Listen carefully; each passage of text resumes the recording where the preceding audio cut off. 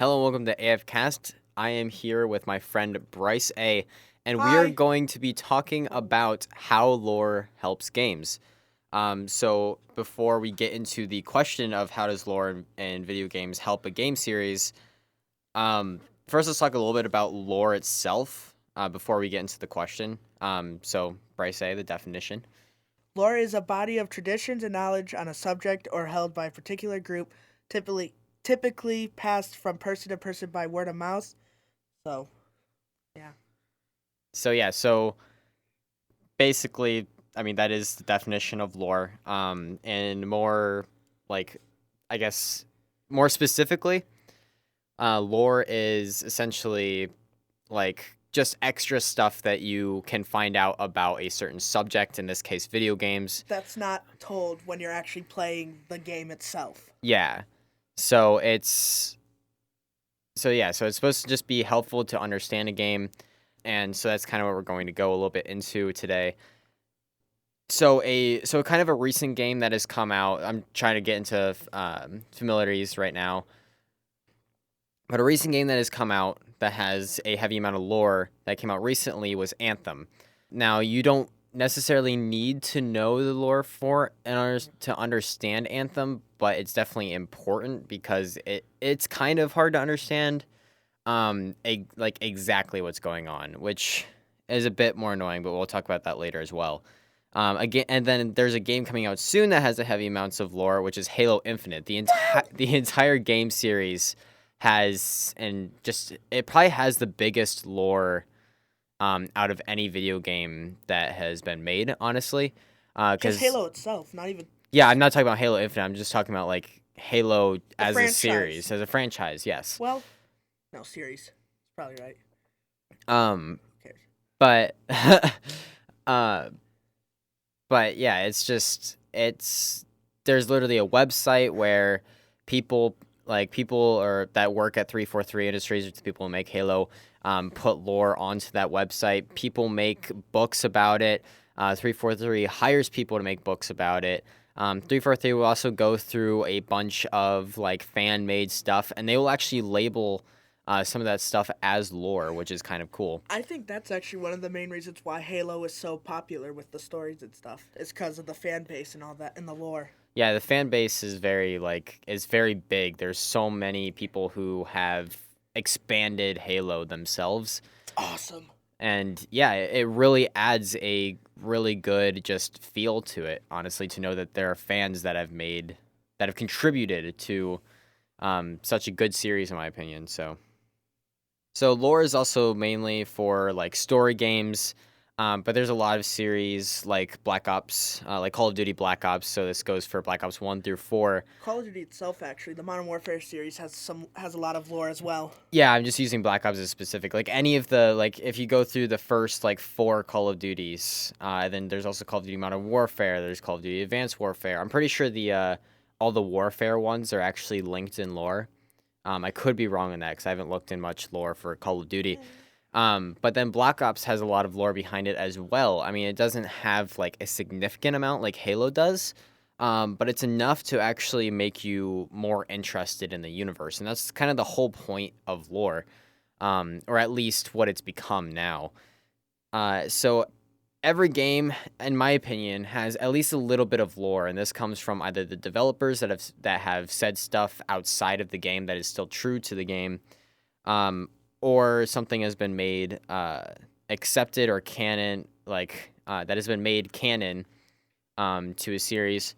And for you that don't know what canon is something that is true to a series or was accepted into a series as being a fact of that universe. So basically, all canon is lore. I was gonna say, pretty much it's lore that's gone official. Yeah. Uh, so canon basically is just the act of it being true to the universe, and then lore itself is just the actual stuff it is. Um, so yeah, so a lot of what is considered canon is a lot of fan base stuff, which is amazing. Or companies that have hired authors in order to make books or comic books or graphic novels or movies or TV shows, which have also been the case with a bunch of different things. Once again, especially Halo. And it's just, yeah, it's really amazing. Can you tell we're Halo fanboys? Yeah. So now that we've defined what lore is and canon and all that, let's actually get into the question, which is obviously how can lore help video games and just a whole franchise, really. Um, so yeah, so you've probably heard of the terms flat and round in like thrown around in your English classes. And if you have it, flat pretty much is boring, and round is like exciting, a lot of detail and stuff. Yeah, so essentially we've been seeing lore as making things more round in the universe. So it's not necessarily that if there's less lore, that a universe is boring, but more lore just makes it that much better, and it adds that much to a game that it just makes it really nice. So yeah, um, and this is also like lore is mainly for a bigger series, because more lore is obviously needed to fix any plot holes or even to make the game make more sense. And Um, make the story in games last longer, like go longer. yeah, because you can, if they wanted to fit in every single detail, they could make something last 100 hours. But that's not going to be interesting to everybody. To a lot of people, it's just going to be those main plot points, which is what they do in video games. But then people like us who are interested in more about Halo, we're like Halo is probably our top game right now, and we like to look at the lore because it just adds that much to this universe that we love that these companies have created, um, and it makes it feel more personal, I guess, to read the lore of a game. So yeah, if a game had no lore whatsoever, it would be very flat and very boring. Some games that are pure multiplayer, like Call of Duty, don't need it as much because obviously it's pure multiplayer. Well, the new Um, Call of Duties, to be well, the honest. new Call of Duties, yeah, there was ones with campaigns earlier on, but I feel like less people cared about the lore of Call of Duties than they did other games just because of how basic it was. Well, Call of Duty was originally campaign only. That's true. So yeah, so lore helps build up games, and if you're really into video games or into a specific video game, lore is a very good next step to learn about that video game that you like. So it makes it that much more enjoyable. At least I've found it to be made that much more enjoyable whenever somebody has like whenever I've read lore, somebody's told me lore, or I've watched lore, anything like that. Um, yeah, so you can find so much information online or even from the companies, uh, and just by asking other people, there's so much like word to mouth stuff as well that hasn't necessarily been made canon, like just primarily theories and stuff like that, that are also very interesting to a game. And honestly, this is why lore helps games so much, is because it, It it helps makes with everything, to be honest. yeah, it's just Oops. it makes stuff just that much better. It just makes it a lot more enjoyable, like I've said earlier. So, but there is also another side of lore, and this isn't necessarily a direct impact from lore itself, but lore can actually be damaging as well. And like, so some lore has created more plot holes, in some cases, or even has pissed people off as the lore being created can be unconventional. And by that, I mean, one example is Halo 4. When you kill the final boss, which is known as the Didact, um, it it turns out like that people in Halo 4, or like people that love the Halo series and followed Halo 4, learned that essentially the Didact wasn't able to die that way. And so instead of bringing him back in the next game, which would have made Halo 5 that much better, honestly, he would have been a great villain, on like in my opinion. But instead they killed him in a comic book. And it's like, why would you do that? Like, why would you take the final boss of something?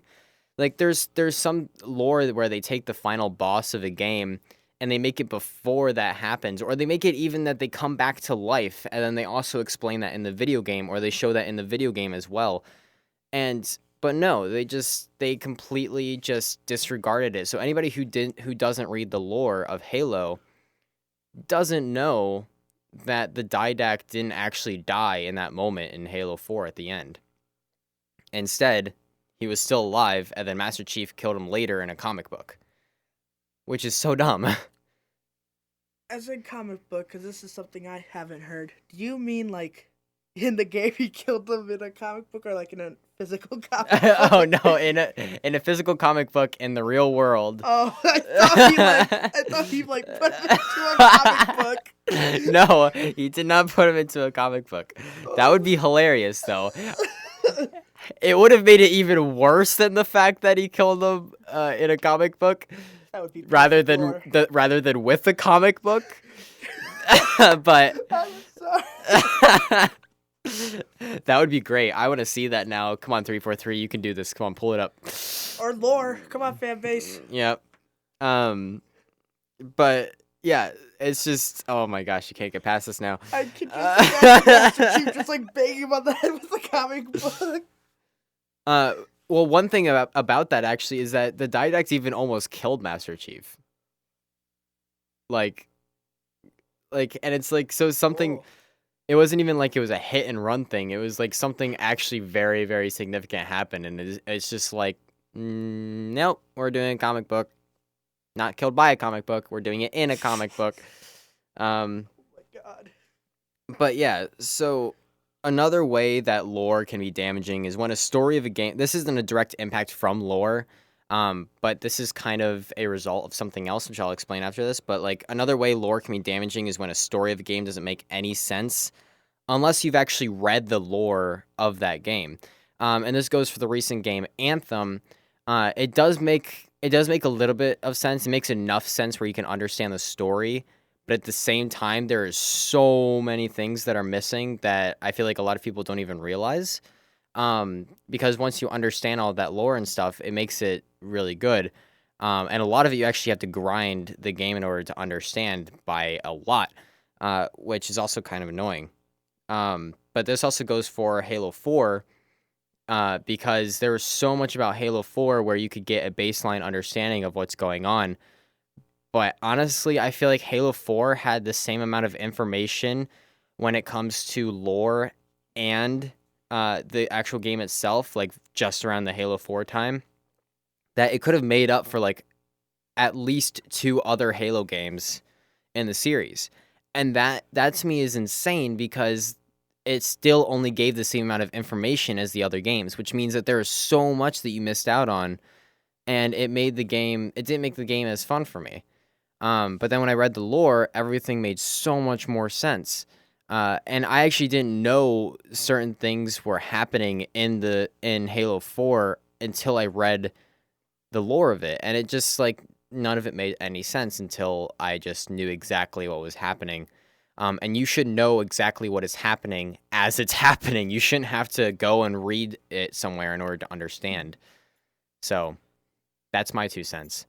I But agree with that 100%. yeah, but a lot of the reason of why that happens is because essentially the developers of Halo 4, at least this is how I saw it going, or at least other games. This has happened to books as well, or TV shows, movies, anything like that, where the people who are making it are refining the game or movie or whatever it is so much, and they're adding stuff, they're taking stuff away to make it the best experience, without making it too long and too boring unless you want to find out more about that stuff, to the point where they understand what's happening, like exactly what's happening throughout the entire story, but they leave out key details in order for the player, the reader, the watcher, anything like that, to actually understand what they're talking about.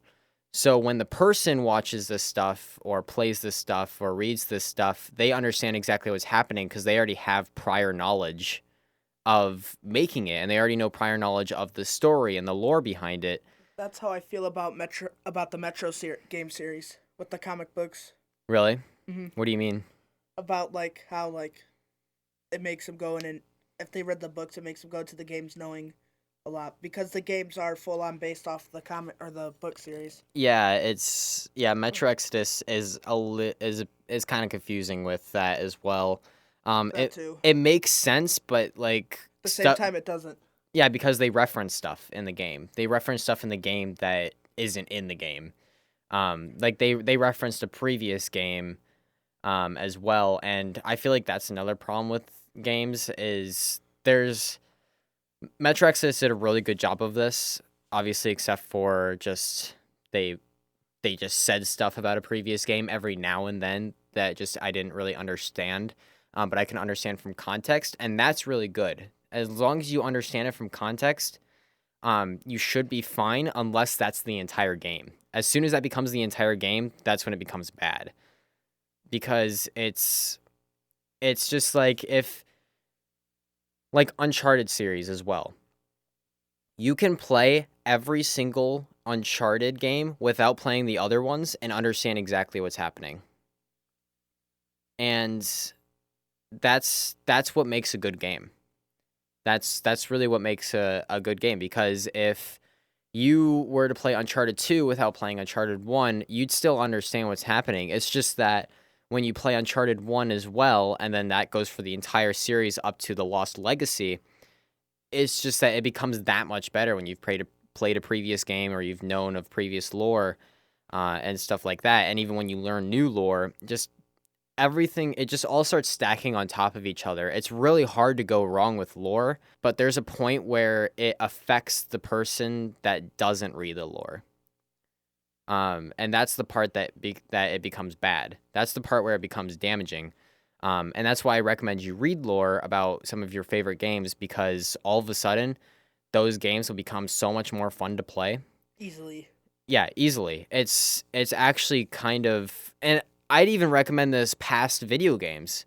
I'd even recommend you reading lore about, or even just other people's ideas and theories and everything like that about stuff past video games, like books, like movies, like TV shows, everything like that. It's because it just makes stuff that much better.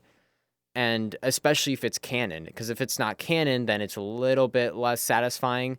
But it's still nice to hear that other people might have the same theories as you, or the same ideas as you, or even that something that you were speculating and think that might be in the game, or an idea that might have been put into place is actually true when you read it as canon. So it just, everything becomes so much more satisfactory once you've read lore. Took the words right out of my mouth. Well, then there you go, ladies and gentlemen. That's really all we've got to say about lore. So honestly, just pick your favorite game or choose top 3 or something like that.